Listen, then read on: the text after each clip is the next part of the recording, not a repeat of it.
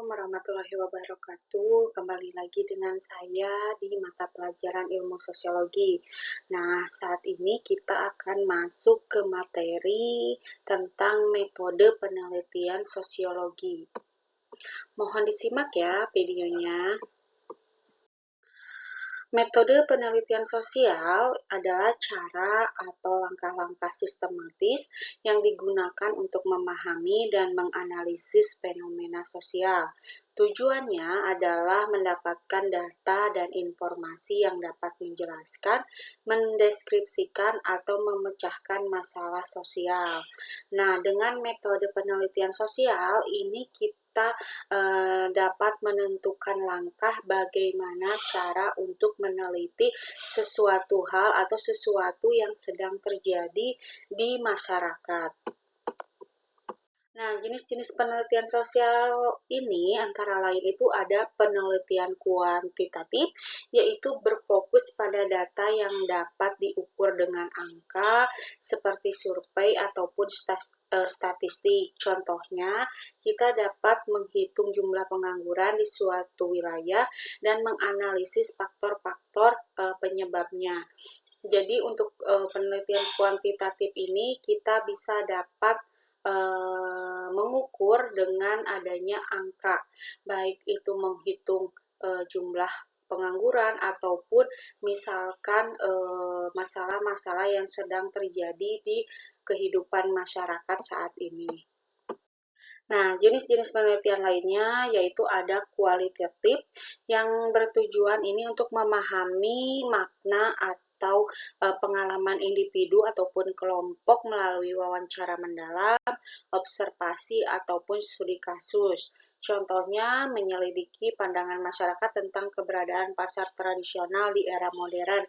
Karena kan saat ini kita mungkin ada persaingan antara pasar tradisional dan belanja online. Dan kebanyakan itu kita, baik individu ataupun kelompok, kita lebih ingin menggunakan cara-cara yang mudah. Karena dengan misalkan kita belanja di pasar tradisional, ini kita membutuhkan waktu untuk berkeliling, mencari-cari, tetapi dengan kita menggunakan online shop atau belanja online ini kita cukup menggunakan aplikasi smartphone untuk mendapatkan barang-barang yang kita inginkan.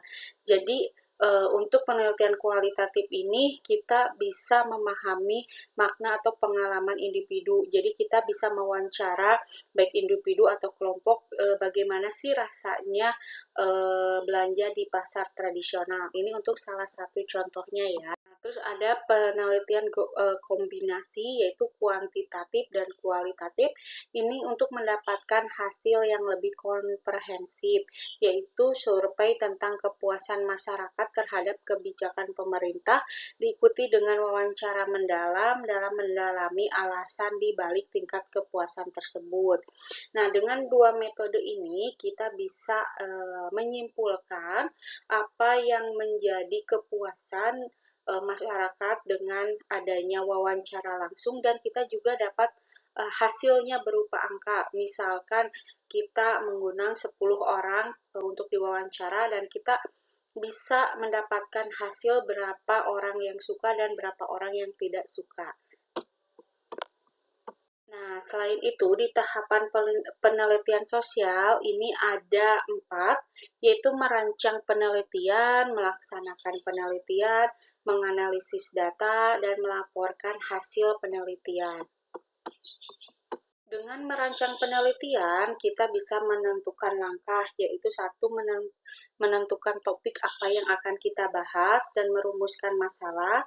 Dan setelah merumuskan masalah ini akan muncul tujuan penelitian dan metode yang akan digunakan. Contoh, memilih topik tentang pengaruh media sosial terhadap interaksi keluarga.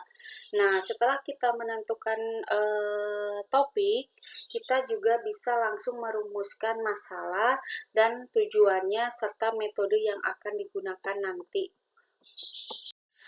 Setelah itu, kita bisa melaksanakan penelitiannya dengan cara mengumpulkan data dengan wawancara, observasi, angket, atau studi dokumen. Contohnya, kita bisa mengamati kebiasaan keluarga menggunakan ponsel saat makan bersama dan mewawancari mereka tentang dampaknya. Contohnya, kita undang satu kelompok atau misalkan satu atau dua keluarga, kita bisa mengumpulkan data dari mereka, kita bisa melakukan wawancara dan melakukan observasi tentang bagaimana kebiasaan di keluarga mereka yang menggunakan ponsel saat mereka makan. Nah, selain itu juga kita ada menganalisis data yang dimana kita bisa menafsirkan data untuk menjawab rumusan masalah. Contohnya menyimpulkan apakah media sosial mengurangi interaksi tatap muka dalam keluarga. Nah, dengan kita tadi mengobservasi, mewawancara, ini akan ada hasilnya dan bisa mendapatkan data dan sehingga ini bisa menjawab rumusan masalah sebelumnya dan dapat menyimpulkan apakah benar dengan penggunaan media sosial sekarang atau misalkan penggunaan handphone ini dapat mengurangi interaksi tatap muka baik dalam keluarga ataupun secara individu di masyarakat.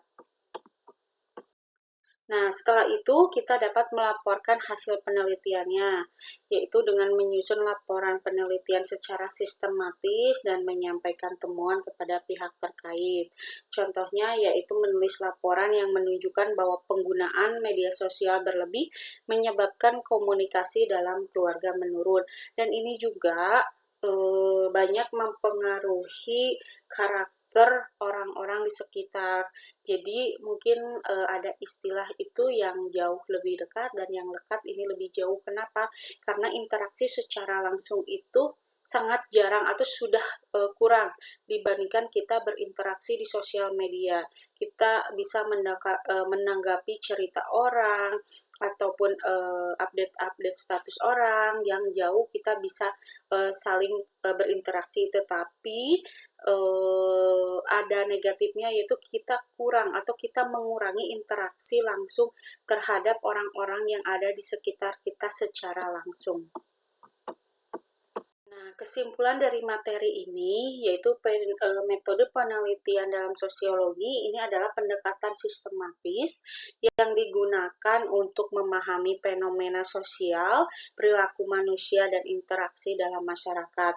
Dengan pendekatan ini, penelitian dalam sosiologi memungkinkan para peneliti untuk memberikan wawasan yang mendorong tentang berbagai fenomena sosial, menciptakan dasar untuk intervensi dan meningkatkan kesejahteraan masyarakat.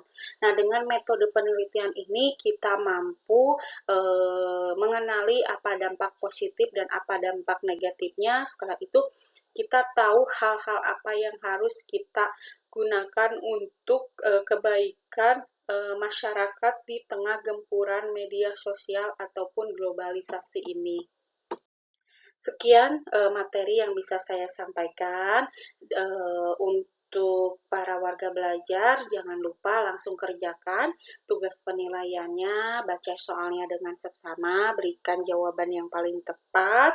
Semoga mendapatkan hasil yang terbaik dan dilancarkan dalam pengerjaannya. Wassalamualaikum warahmatullahi wabarakatuh.